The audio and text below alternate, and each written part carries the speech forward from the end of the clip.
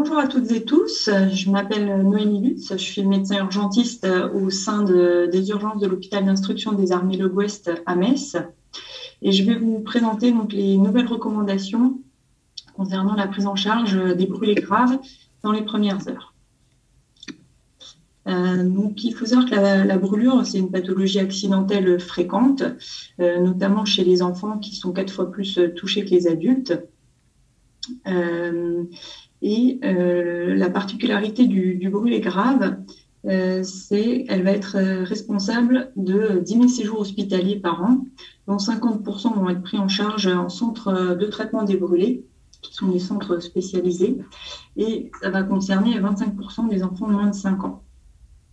La brûlure représente une mortalité faible, mais est responsable d'une morbidité importante qui peut engendrer des séquelles physiques, psychiques et sociales assez lourdes.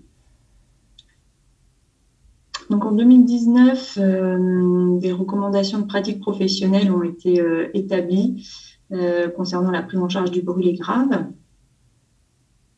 Donc, c'est 20 experts issus des sociétés françaises d'anesthésie-réanimation, de médecine d'urgence, des brûlés et des anesthésistes réanimateurs pédiatriques qui ont abouti à l'élaboration de 24 recommandations, toutes avec un accord fort qu'on va détailler donc, dans cette présentation. Donc, ces recommandations ont été classées en 6 champs. Le premier champ qui va surtout vous concerner en préhospitalier, qui aborde le triage, donc la catégorisation des brûlés. La deuxième partie qui aborde la réanimation hémodynamique. La troisième, la prise en charge des voies aériennes. En quatrième, on verra l'analgésie du patient brûlé. En cinquième, le traitement local de la brûlure. Et en sixième, les autres traitements. Donc, quand on arrive sur une intervention face à un brûlé grave, il va falloir donc catégoriser ce brûlé pour décider s'il doit être admis en centre de traitement des brûlés ou non.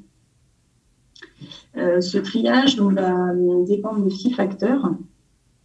Il faudra rechercher donc, en premier des associations lésionnelles, notamment donc, des lésions vitales qu'il va falloir traiter en priorité. Ensuite, il faudra évaluer le plus précisément possible la surface cutanée brûlée, car c'est elle qui va conditionner l'orientation du patient et qui va nous guider dans la réanimation liquidienne.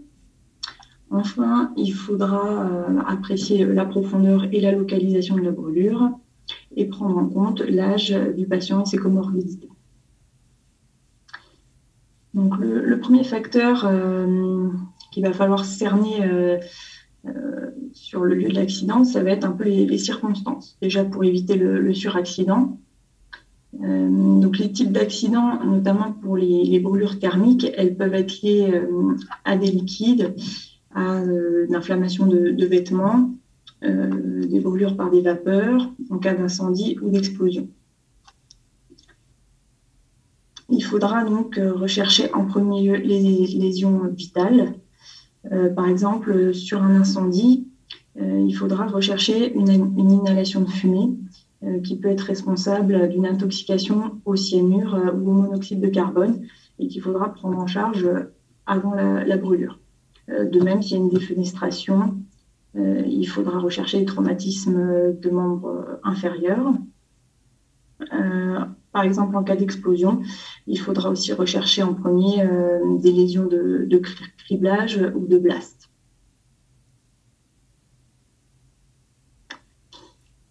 Pour la profondeur de la brûlure, elle est classée en 3 degrés. Donc ici, on a un jeune homme qui s'est immolé. Donc on a les 3 degrés de brûlure. Alors, il faut savoir que le premier degré ne comptera pas dans le calcul de la surface cutanée brûlée. Le premier degré se traduit par un érythème, une rougeur, enfin, ça ressemble à un coup de soleil.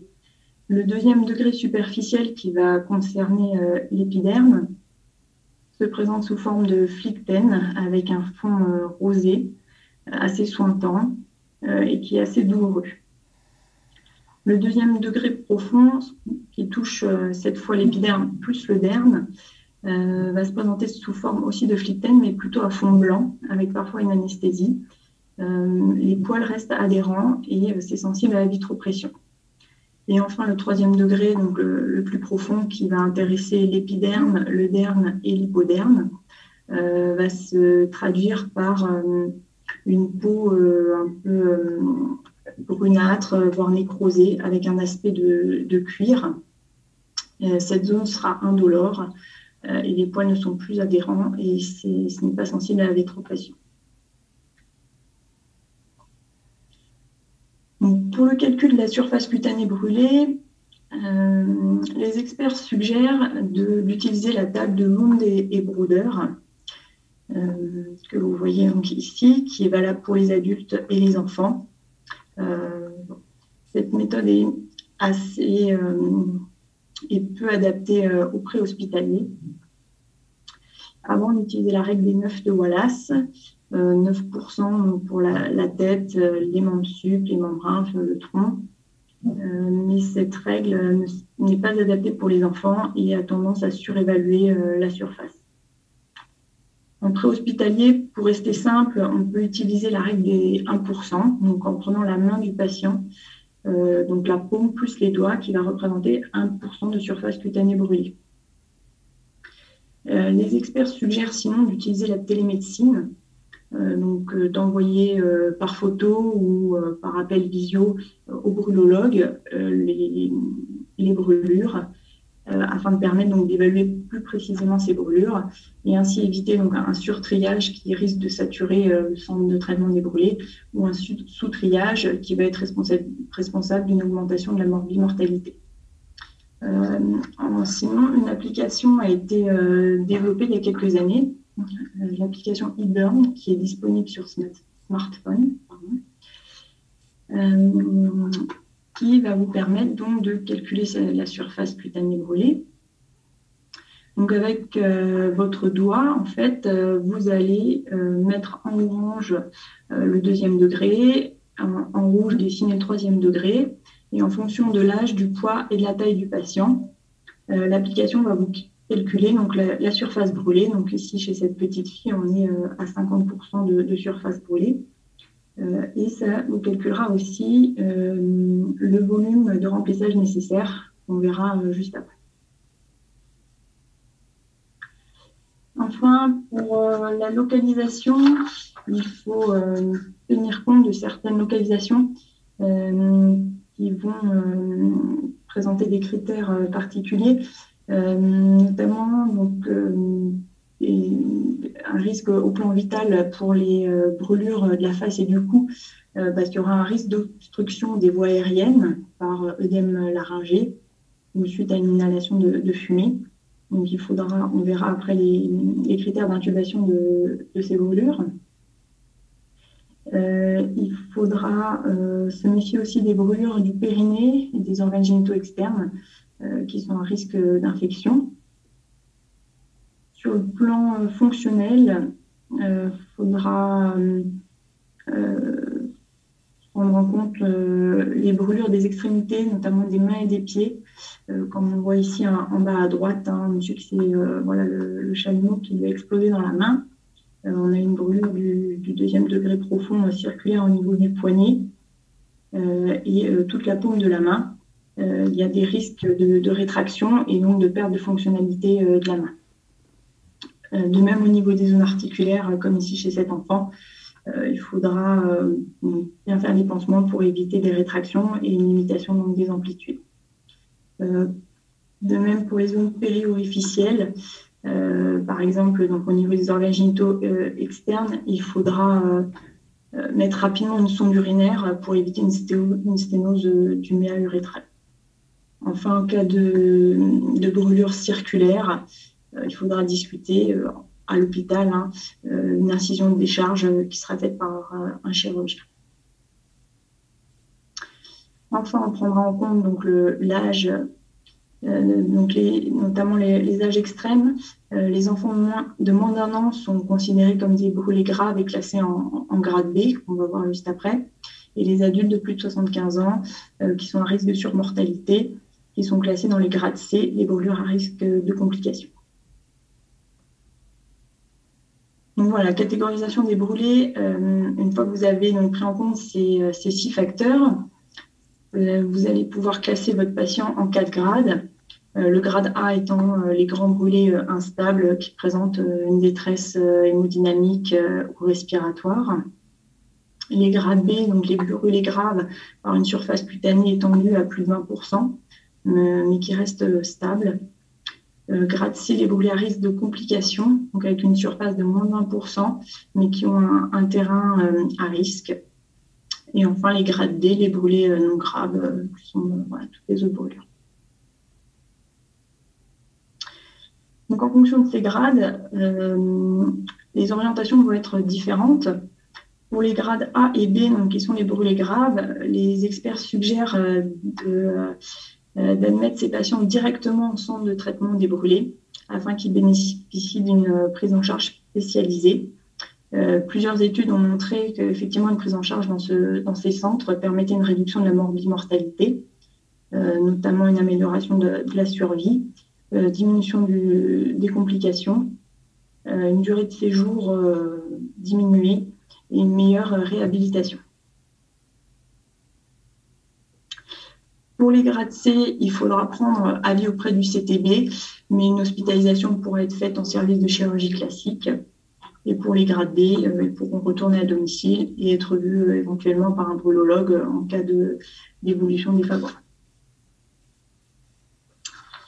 Donc maintenant, on va aborder donc, le deuxième champ qui concerne la réanimation liquidienne. Il faut savoir que le brûlé, sa phase initiale, il va présenter une hyperperméabilité capillaire et un état inflammatoire important qui va être responsable d'un état de choc hypovolémique. Donc il va falloir le plus rapidement possible poser un abord vasculaire de bon calibre, de préférence en zone non brûlée. Les experts suggèrent donc en priorité de mettre 2 voies veineuses périphériques. Si on n'y arrive pas, une voie intra-osseuse. En dernier recours, une voie veineuse centrale fémorale. Ils suggèrent d'administrer 20 ml par kilo d'une solution cristalloïde intraveineuse dans la première heure. Pour les brûlés qui présentent plus de 20% de leur surface pour les adultes et plus de 10% pour les enfants. Donc 20 ml kg pour un patient de 80 kg, ça fait 1,6 litre de soluté en 1 heure. Donc voilà, d'où l'importance d'avoir une bonne voie d'abord. Pour le soluté, il est recommandé d'utiliser du ringélactate avec éventuellement du NaCl, mais pas que du NaCl qui peut en grande quantité être responsable d'une hyperchlorémie.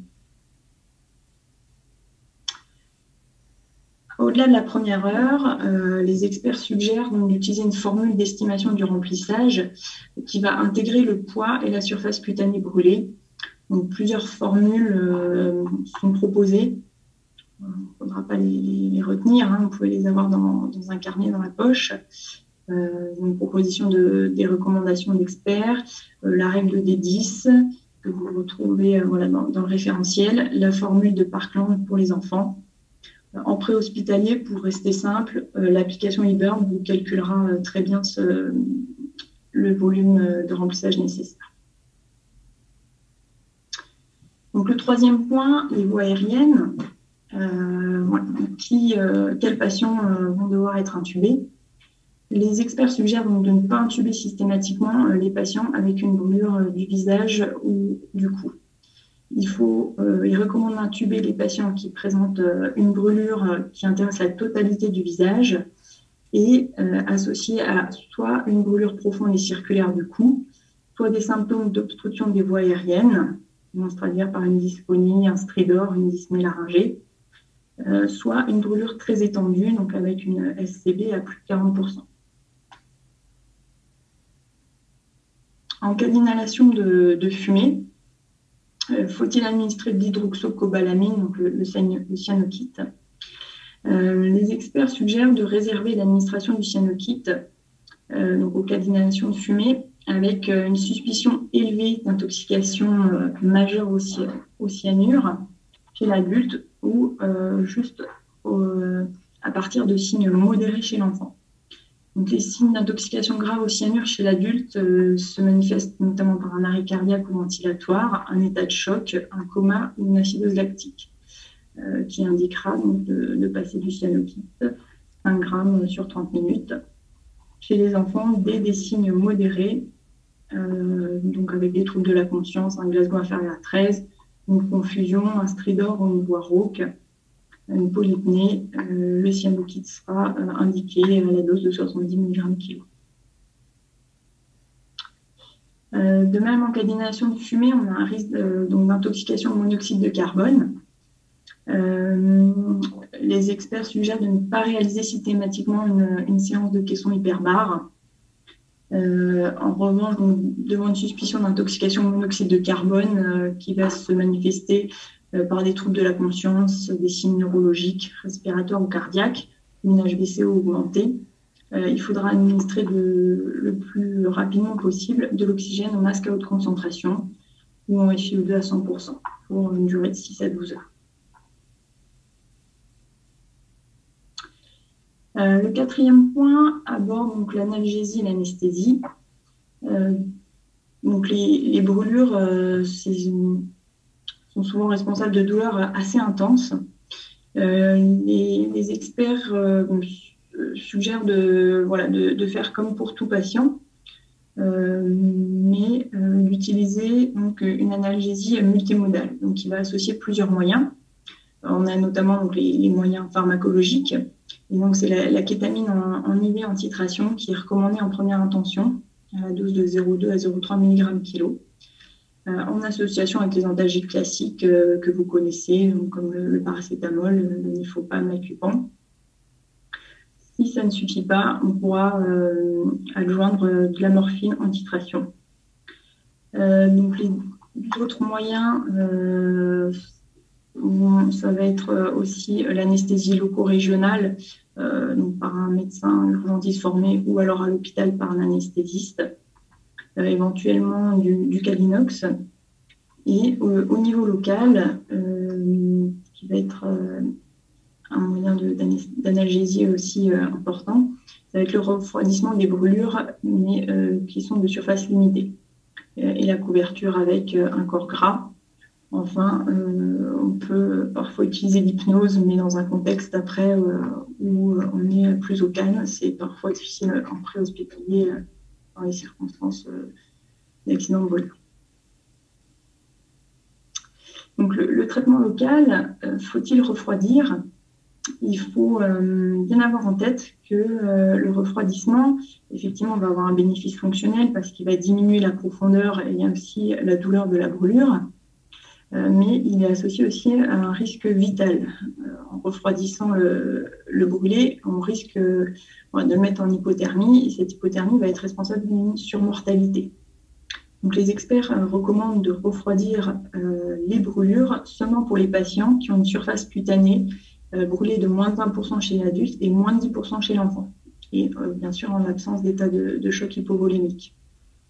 Donc, pour ces surfaces limitées, on pourra faire un refroidissement de 20 minutes avec de l'eau à 15 degrés du robinet. Les pansements à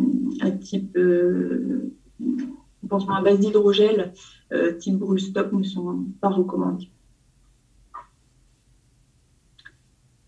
Voilà. Pour les brûlures plus étendues, donc on ne pourra pas refroidir. Il faudra couvrir les zones brûlées afin de limiter l'hypothermie et le risque de contamination microbienne, notamment l'infection. C'est une complication assez fréquente des brûlés. Donc, il est conseillé de couvrir avec des compresses ou des champs stériles. Le but étant de mettre la brûlure au propre, mais pas forcément en stérile, de couvrir le patient avec une couverture de survie. Donc, ne pas s'attarder à faire un pansement complexe. De toute façon, le pansement sera refait au CTB par une équipe entraînée dans un environnement adapté, propre et sous analgésie adaptée. Si jamais vous êtes dans la campagne et que le transfert vers le CTB est à plus d'1 heure, vous pourrez vous lancer éventuellement dans un pansement un peu plus complexe en concertation donc avec l'équipe référente qui prendra en charge le patient. Et donc, le pansement consiste à faire un nettoyage des zones brûlées avec de l'eau ou du NSL ou un antiseptique type chlorhexidine, d'exciser les flictènes, de sécher par tamponnement et de couvrir ensuite la brûlure, soit avec des pansements plutôt gras pour des brûlures propres, peu étendues, soit avec des pansements à base antiseptique ou à base d'argent pour des brûlures étendues ou contaminées. La question d'antibioprophylaxie, il n'est pas nécessaire d'administrer une antibioprophylaxie systématique chez le brûlé. L'antibioprophylaxie sera administrée plutôt en période donc, périopératoire, notamment pour tout ce qui est excision de flictène ou greffe cutanée après. Il faudra par contre vérifier le statut vaccinal du patient par réalisation d'un quick test et voilà, compléter ou pas la vaccination antitétanique. Donc les autres traitements concernent essentiellement la thromboprophylaxie. Les experts suggèrent donc d'administrer une thromboprophylaxie à la phase initiale chez le brûlé grave. Alors, on n'en a pas en pré-hospitalier, mais ce sera voilà, dès l'arrivée à l'hôpital par enoxaparine du Lovenox. Voilà, donc pour conclure, en pratique en préhospitalier, quand vous prenez en charge un patient brûlé, vous recherchez en premier des associations lésionnelles en fonction de l'étiologie de l'accident, devant une détresse respiratoire, un état de choc hémodynamique, une lésion neurologique, une intoxication au cyanure ou au monoxyde de carbone, ou face à un traumatisme sévère, il faudra donc traiter en priorité ces lésions avant de s'occuper de la brûlure. En deuxième temps, donc on évaluera de façon la plus précise possible la surface cutanée brûlée en prenant en compte donc, que les deuxième et troisième degrés. Le mieux étant donc, de prendre avis auprès du centre de traitement des brûlés par télémédecine. Voilà, l'évaluation doit être la plus précise possible, on l'a vu, parce qu'elle va conditionner l'orientation du patient vers ce CTB ou non, et elle va guider la réanimation liquidienne des premières heures. Après, au niveau de la prise en charge thérapeutique, il faut poser 2 voies veineuses de bon calibre, si possible en zone non brûlée. Débuter le remplissage avec du ringélactate à 20 ml/kg la première heure. Effectuer une analgésie par kétamine et compléter éventuellement de la morphine. Couvrir les brûlés voilà, de façon la plus propre possible. Pas d'antibioprophylaxie, mais vérifier donc le statut tétanique. Voilà. Donc sur le site de la SPAR, vous avez toutes les annexes, les schémas didactiques, notamment voilà, des checklists de traitement du patient brûlé adulte et enfant qui résument très bien toute cette prise en charge, que je vous conseille d'aller voir donc, sur le site de la SPAR. Voilà, je vous remercie pour votre attention et puis si vous avez des questions, n'hésitez pas.